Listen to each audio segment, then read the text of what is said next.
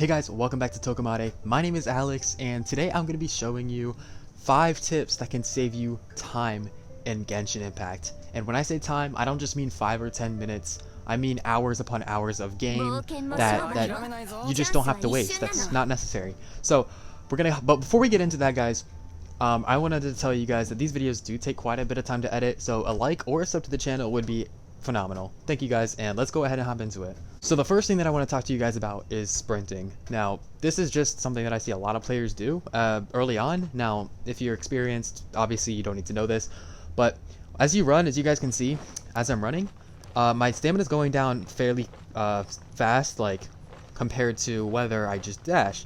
So that's my first point. So as you guys can see, like, yeah, I'm getting around quick, but that's just because I have a lot of stamina. If I didn't have a lot of stamina, it would be completely different. Now, what we're going to do is we're going to sprint back to where we were, except for this time, instead of holding down on the sprint button, we're just going to tap it. So we're going to be basically evading. And not only does this help you move around a lot faster, but you can actually get a little bit further, I've noticed, than where you start off with. And now it is kind of annoying because your player doesn't just dash one time after another, but as you guys can see, we can actually get quite a bit further and faster than sprinting. So that's the first tip, and it's very easy. It's just something that, you know, you don't have to do, and it's a waste of time because you can get around the map faster and more efficiently, and you can cover a lot more ground, especially early on when you have to discover the entire map and you don't have anything unlocked. This can really be handy. Alright guys, so the second tip that I have for you guys today is food. And this is something that I didn't realize until actually recently, and I've been playing this game for quite a few weeks now. And food can completely buff your attacks, your crit rate, and stamina. And this is really good for exploring. And it actually, guys, a quick little side tip here, if you guys actually come to here on your map, you can get a free recipe. As you guys can see, I'm by Stormbearer Point. If you come right there on your map, all the way at the top, there will be a nun here that you can actually talk to, and if you spam her dialogue and exhaust it out, and basically ask her about her family and stuff, she will actually give you guys a free recipe. So, just go there, and you can get a recipe, and what this recipe does, if I go to my menus real quick, I will actually show you, but it decreases the amount of stamina that you consume when you're gliding and sprinting, and that's absolutely fabulous. So as you guys can see right here, it's Barbodos Ratatouille, so it decreases all party members' gliding and sprinting stamina consumption by 25% for 900 seconds. That's ridiculous. That's 15 minutes of you saving stamina. And especially when you're exploring early on in the game, this can really come in handy. But not just that, that's not the only recipe. As you guys can see, this increases my party's attack by 320 and crit rate by 10% for 300 seconds. Same with this one, it's crit rate. So all of these really can help you fight bosses early on in the game, and they can save you so much time. Now, just to show you a perfect example of this, I'm gonna show you guys a replay of me fighting a boss regular, without any food, consuming any food, nothing like that, and then I will show you guys a replay of me fighting a boss with consuming all of that food, the 4-star that helps my attack and crit rate, and you guys can see the dramatic difference between me fighting it without food and with food. So I'm gonna go ahead and play that for you now, and then we'll get into the next tip.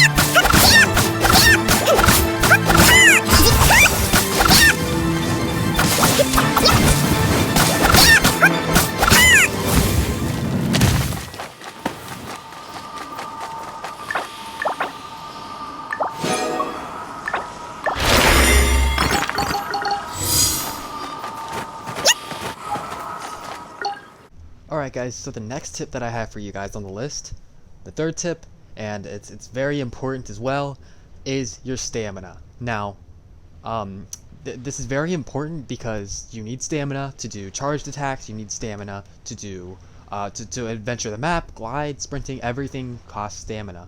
And especially if with a DPS character like Kaching, where I'm basically spamming my charged attack right here, as you guys can see, that's how I mostly get most of my damage in. So we need all the stamina. Now as you can see, we have double stamina. So what I recommend you do, and this is really important early on in the game, and it's not fun to do, honestly, it's not, it's just kind of like a chore, but once you do it, you'll be so thankful that you did it. So what I recommend doing is going online and searching up the Genshin Impact interactive map. Go through and find all the Animinoculuses and all the Geoculuses. As you guys can see, those were all the ones that I have found. So what I did was I went through here and I marked all the Animinoculuses in Mondstadt and the this area, right? And when I found them, what I basically do is I change the mark over to here because that way I know that I got it. And then if I found all the other ones, then I just delete them. So I recommend going through and marking all of them, and then taking them to Statue of the Seven and just increasing your stamina gradually, because it changes the way you play, it changes how much damage you can put out, and it changes exactly how far you can run, you know, how much you can glide, and you can really see a performance inside of your gameplay just by getting your stamina up. And I know it's not fun, but just get it done, get it over with, and trust me, you'll be thankful that you did. And that is the third tip on our list.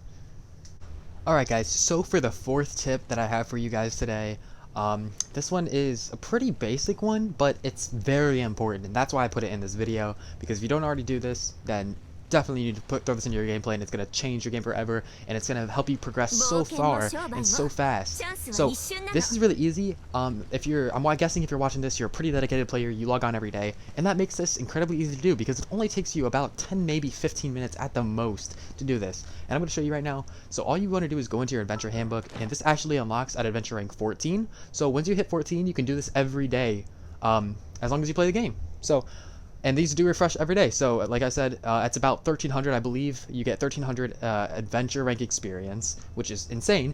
They're 200 each, and then you get a bonus 500 when you go to the adventure guild and cash it in. So as you can see, they're all of these quests, and they can range anything from, I mean, there are all these commissions, they can range from, you know, talking to kids, and it's a really easy one where you just go in and you talk to a bunch of kids. And then and also they have battle ones where you can, like, as you can see now, where I have to take out these enemies, and they're really not that difficult to do. They really aren't. They're very easy and basic, so it makes it really easy to rank up the adventure experience. So if you don't already do this, it's very important that you do, because like I said, it'll change everything about the game. And that is the next tip that I have for you guys. So let's go ahead and get right into the fifth and last tip. Alright guys, so for the fifth and last tip that I have for you guys today, and this one is definitely one of, if not the most important one, because this is going to save you so much time in boss fights. This is going to save you, you know, hours of just hacking away at a boss because you don't do enough damage as a level 40 Kaching, or level 40, you know, Barbara, or level 40 Amber, whoever, Xiangling, whoever your main DPS is, which by the way, I don't recommend using Amber as a main DPS, but the artifacts, that's the main point that I'm trying to get to, is artifacts can completely change the way, you know, you fight and how effective your characters are. As you can see right now, my Kaching has 725 attack, and she is level 40. She's level 40 and she has 725 attack.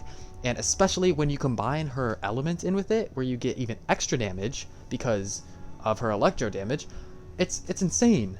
Now, knowing the elemental reactions is also really important. That's kind of like a side tip. You need to know your elemental reactions. So, Electro plus Pyro is Overloaded. Electro plus Pyro is Superconduct, or Super Conduit. And then Electro plus Hydro is Electrocharged.